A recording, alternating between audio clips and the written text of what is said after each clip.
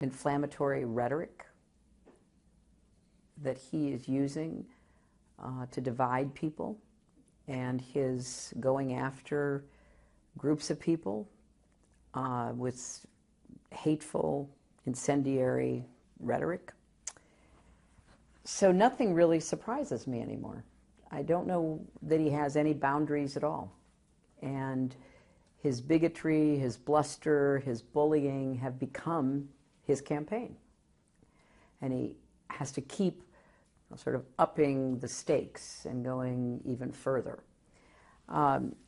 Specifically, his very vehement reaction to my saying that he is a very effective recruiter for ISIS is, I think, an indication that he will, deny and try to ignore the consequences of his comments. And in fact, if you look at the video coverage of his campaign on Arab language TV stations throughout the Middle East, if you look at social media, how he is being quoted, and you look at the use that is being made of his comments by terrorists, it's pretty clear that they are taking advantage of his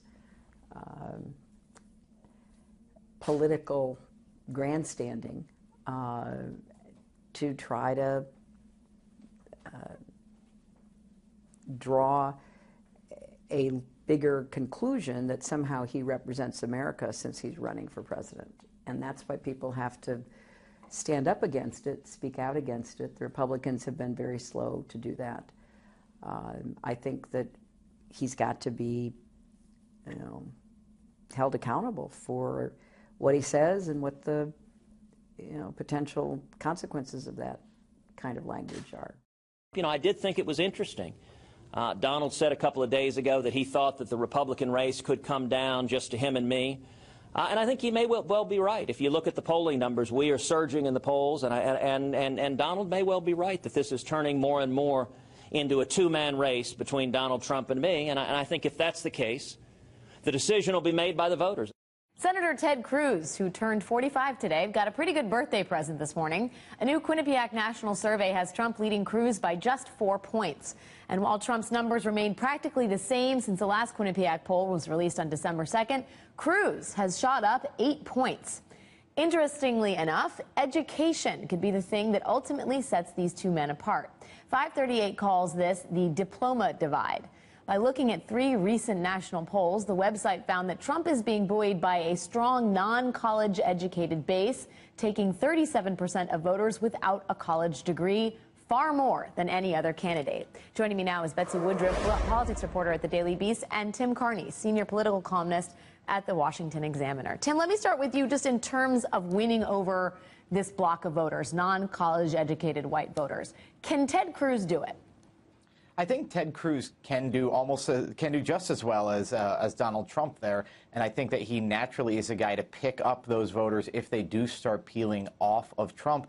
And a large part of that is because he rails against the Washington elite, the Washington establishment, which the Republican Party has long served mostly the business lobby, and Cruz has been part of the movement to try to pull the Republicans away from that, to try to speak to working class worries. Immigration is a major one of them, so Cruz is a very natural guy to take some of those voters away from Trump. What about Marco Rubio, Betsy? Because he's done better among college-educated white voters. Can he siphon off some of those non-college-educated white voters?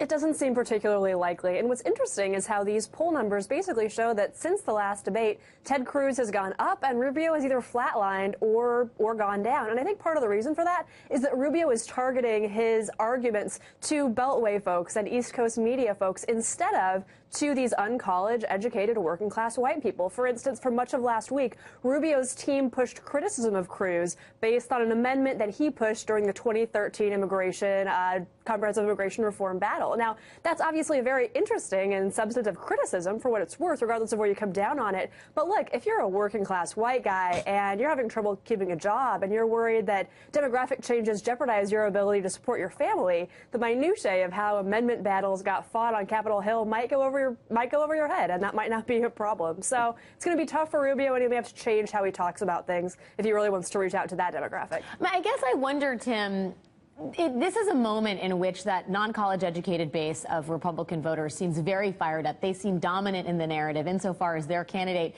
has Donald Trump and to some degree Ted Cruz. They've stayed at the top of the poll pretty consistently recently. In the end, if someone like Marco Rubio makes it through the primary process and is the nominee, does that base turn and sort of hold their nose and pull the lever for him in the general election? Do they go to the polls? I mean, I think that exactly the voter that stays home in elections when Republicans nominate a guy like Mitt Romney is not sort of the conservative voter turned off by the moderate, but it's what Sean Trend at Real Clear Politics called the missing white voter. The voters who maybe used to be Democrats got turned off by sort of the Democrats becoming such a socially liberal party, you know, this Wendy Davis party dedicated to abortion on demand, gay marriage. And then what you have is then they look for a home in the Republican Party, and sometimes they find it. They find it, you know, Ronald Reagan or a guy like Pat Toomey or a guy like Rick Santorum in the last primaries. And then if the Republicans nominate someone who seems like a total Beltway insider, that's the sort of person who can stay home. The difference with Rubio is that he understands the problem in a way that Romney never did. Romney thought if you were below the top 47%, you weren't going to vote for him. But Rubio at least understands it. Can he solve it? I don't know that. But Tim, let me push back on something, because if we talk about the white voter in the wilderness, there's been internal Democratic schism, and I think that, you know, to your point, but this election feels like if there's the white voter in the wilderness, it's on the Republican side of the aisle, just because of the internal turmoil and the difference between the establishment and the base at this particular moment, no? But what I'm saying is that those people aren't sort of they're not arch conservative. Is the missing white voter isn't the person who's there who's sort of railing against the 35% top tax rate or railing against the minimum wage law or even necessarily a hardcore pro-lifer. The missing white voter, the people who are now rallying behind Trump, are from all over the political spectrum. It's just that they're turned off by sort of the Republican Party closeness to big business. They're turned off by a lot of the sort of liberal social issues and maybe a perceived political correctness. So they're not home at either party. Right now, they're being attracted towards a Republican, which is Donald Trump. I think they will be attracted towards Cruz. The question is whether Rubio can turn them out if Rubio were to win the nomination. Well, right. And Betsy, it seems like whether it's non-college educated white voters or college educated white voters, I mean, the trick is getting them to coalesce behind one or two candidates ASAP, right? I mean, that's Marco Rubio's uphill battle insofar as it is also Ted Cruz's uphill battle. Right, and that's actually one area where Ted Cruz has been remarkably competitive, is just how effective he's been at reaching out to a wide variety of conservatives' constituencies. For instance, he just got James Dobson's endorsement. Of course, he runs Focus on the Family. That's a huge deal. He got endorsed by Bob Vander Plaats, one of the most powerful social conservative leaders in Iowa. It looks like he's set to get sort of the covert endorsement of a group of a few dozen social conservative leaders who've been meeting in private and plan to get all behind this one person. So Cruz, I think, is in the best shape as far as picking up a wide variety of that sort of conservative, anti-establishment group, of getting those people to support him. For Rubio, it's a lot tougher because even though he has a lot of backing from prominent Wall Street folks, from big business types, from investors, he's had a lot more trouble reaching out to these people who really feel disenfranchised by the way Republican establishment politics work. Of course, the challenge for Cruz is siphoning off support from Donald Trump. But it also looks like Cruz has picked up where Ben Carson has left off. So he's in a good spot right now. He has a reason to feel pretty good. And Mark Rubio has Jeb Bush and Chris Christie on his flank. And John Kasich is competing for voters with Rubio. And then there's always John Kasich. Betsy Woodruff and Tim Carney, thank you guys both for your time. Sure thing. Thank you.